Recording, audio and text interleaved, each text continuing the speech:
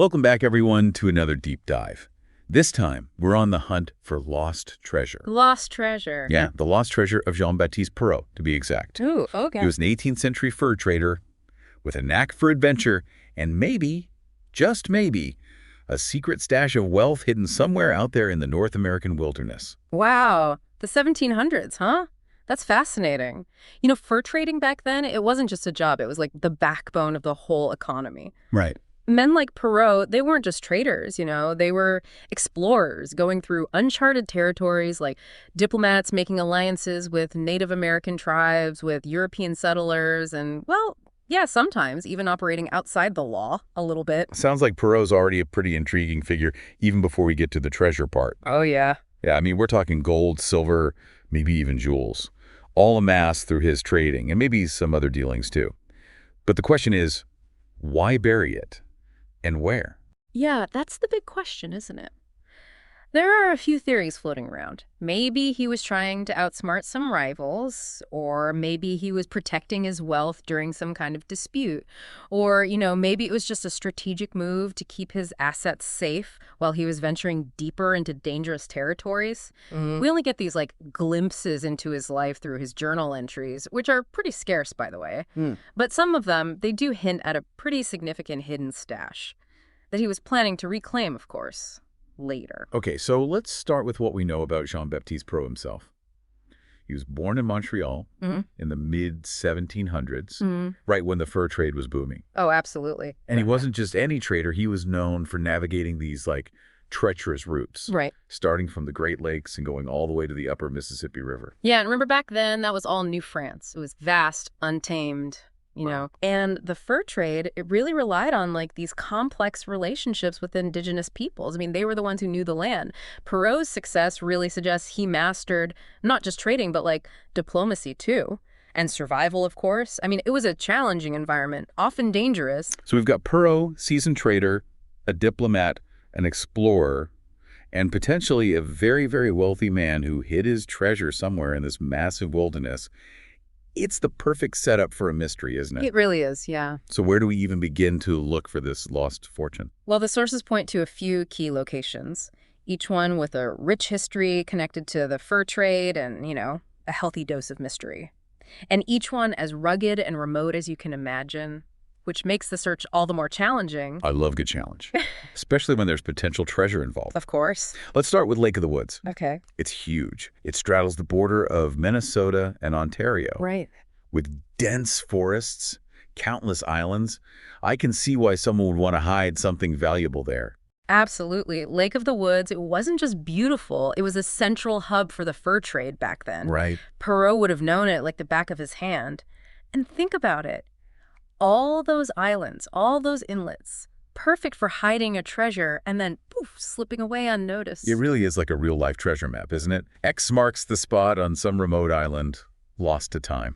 Okay, what's our next stop? Well, how about the Mississippi River, the mighty Mississippi? Yeah. Specifically near its headwaters at Lake Itasca in Minnesota.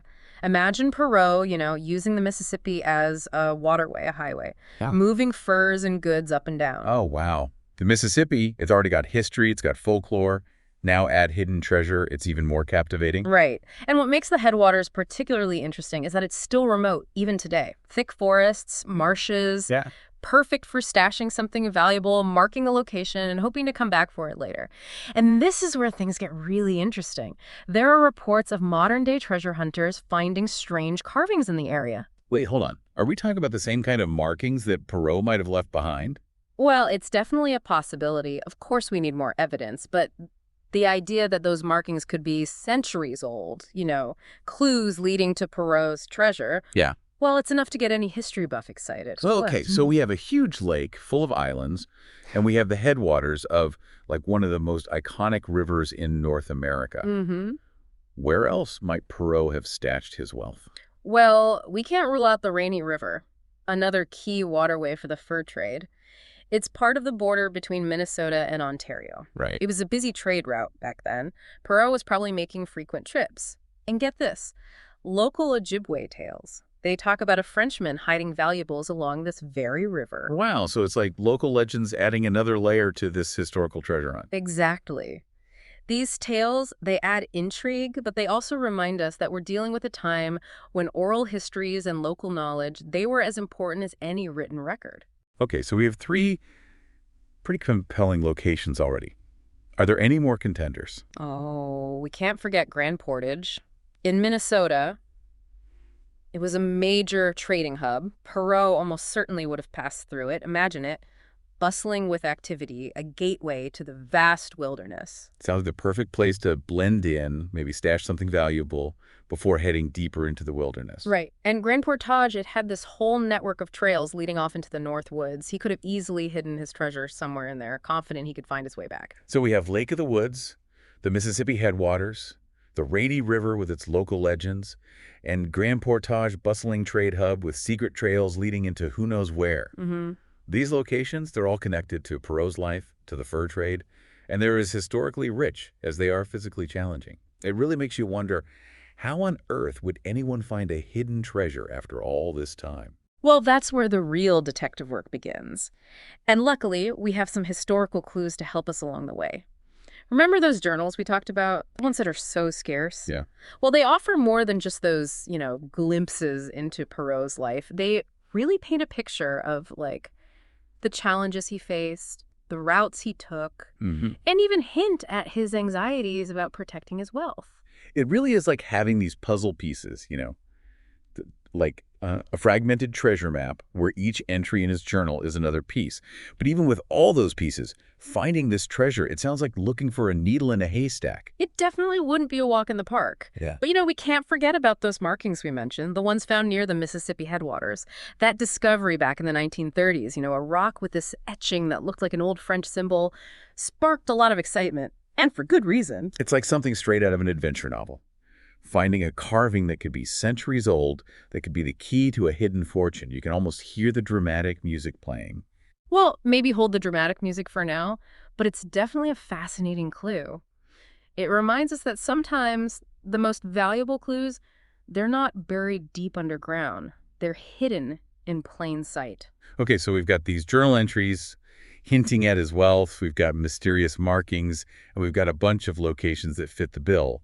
But even with all that, finding treasure that was hidden centuries ago, it seems like a long shot. It's definitely a challenge. But all that has led to some interesting theories about, what might have happened to Perot's treasure. Maybe it's not just about finding the right spot. Maybe it's about considering how much time has passed and how that time might have impacted the treasure. That's a good point. We're not just talking about a few decades here. We're talking about centuries. What are some of the theories? Did the treasure just, vanish? Poof. Not quite vanishing into thin air, but one theory is that it simply got lost to time. Think about how much the landscape has changed. Shifting rivers, erosion, maybe even landslides. Oh, yeah. It's entirely possible that the very place Perot hid his treasure, it's been completely altered, making it almost impossible to find. So the treasure could be buried under a mountain of earth, or it could have been swept away by a river that changed course. It really makes you think about how nature, it can conceal things, but it can also erase them. Exactly. And let's not forget about the impact of time on the treasure itself. I mean, think about a wooden chest just sitting there for centuries, exposed to rain, to snow, to freezing temperatures. It wouldn't be much of a treasure chest anymore, would it? Hmm. Like a pile of rotting wood, maybe a few rusty hinges. Exactly. And leather bags, cloth wrappings, anything holding coins or jewels, that would have decomposed a long time ago, leaving the treasure vulnerable to the elements. So even if we found the exact spot, who knows what condition the treasure would be in? It might not have survived. Okay, so the treasure could be lost, or it could have just deteriorated over time. Are there any theories that are a little more hopeful? Well, there's another theory that's pretty intriguing. What if it wasn't lost or destroyed, but found by someone else? Okay. Remember, Perot, he was working within this network of relationships with Native American tribes. Right. So someone could have stumbled upon it Yeah. and just decided to keep it. It's possible. Imagine a group of indigenous people finding this hidden stash of wealth. They might not have seen it as something to just, dig up and claim. Their understanding of wealth and ownership, it might have been very different from the European perspective. So instead of melting down the gold or spending the silver, they might have incorporated those objects into their own cultural traditions or ceremonies. Exactly. They might have seen the treasure as a gift from the earth or a symbol of their ancestors. It could have become part of their cultural heritage, with its original purpose and its original ownership, completely forgotten. That's a fascinating thought. It really adds a new layer to the story. It means the treasure might still exist, but in a completely different way than we first imagined. It challenges us to think differently about our own ideas of ownership, of value. What might seem like a simple treasure hunt from one perspective, well, it can be a much more complex story when we look at it through a different cultural lens.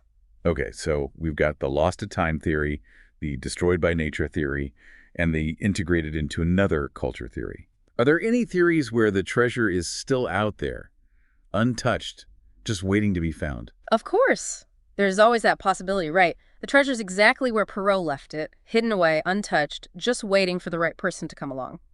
And we're talking about some vast and incredibly rugged terrain. Yeah, even with all the technology we have today, searching those areas, it would be really difficult. It's like trying to find a specific grain of sand on a beach that goes on forever. It would be a daunting task, no doubt about it. But that makes the possibility of actually finding it all the more exciting. Imagine those dedicated treasure hunters, armed with metal detectors, ground-penetrating radar, and a lot of determination, scouring those remote locations, believing that Perrault's treasure is still out there. It's like a real-life adventure. The thrill of the chase, the allure of the unknown. It's no wonder this story is so captivating, even after all this time. And think about it. Even if they never find a single gold coin or a single jewel, the search itself is a journey. It's about connecting with history, pushing your own limits, testing your own curiosity and resilience. It reminds us that sometimes the real treasure, it's not the gold and silver, it's the experience, the stories we uncover, the connection we make with the past. And speaking of connecting with the past, why don't we shift gears a little and explore why this story, the story of Jean-Baptiste Perrault and his lost treasure, why does it still fascinate us centuries later? What is it about this mystery that just keeps drawing us in? It's like it speaks to something in us, that urge to uncover secrets, to solve puzzles. Like we just have to find something that's been hidden for so long. You're right. The lost treasure of Jean-Baptiste Perrault, it's not just some historical fact. It's a story. It's a story about our fascination with what we don't know, with adventure, with mystery. And it's tied to this specific time, and place. The North American wilderness. During the fur trade, a time when the wilderness was like a source of wealth, but also danger and uncertainty. Imagine it, those vast forests, winding rivers, venturing into unknown territory, a time when fortunes, they could be made or lost, just like that. And men like Perrault, they were explorers, they were entrepreneurs, navigating this world of indigenous cultures, European ambitions, and of course, the constant threat of the wild. And in a way, aren't we all still explorers, driven by, I don't know, curiosity, searching for answers, trying to figure out the world, Absolutely. The search for Perrault's treasure, for some it might be literal, but for a lot of us it's more of a metaphor for this, like this human desire to uncover those hidden truths, to solve mysteries that have been around for centuries. And sometimes those truths, they're not buried underground, They're hidden in plain sight, in old journals or local legends, even those strange markings on that rock. What other secrets are still out there just waiting? That's what's so great about history, right? It's full of these unsolved mysteries, stories that have been forgotten, and clues that hint at something more. All it takes is maybe a new perspective, a new piece of evidence, or just one person who's really dedicated to reawaken those stories, to bring them back to life. So as we wrap up our deep dive into Jean-Baptiste Perrault and his lost treasure, I think we have more questions than answers, don't you think? Did he really bury a fortune? Was it lost? Was it destroyed? Or was it absorbed into another culture? Is it still out there somewhere? We may never know for sure, but that's the thing about mystery, right? It keeps the story alive, keeps us thinking about it, keeps us remembering that there's still so much out there, so much to explore, so much we don't understand, so much to uncover. And who knows? Maybe one of our listeners will be the one to finally solve this puzzle.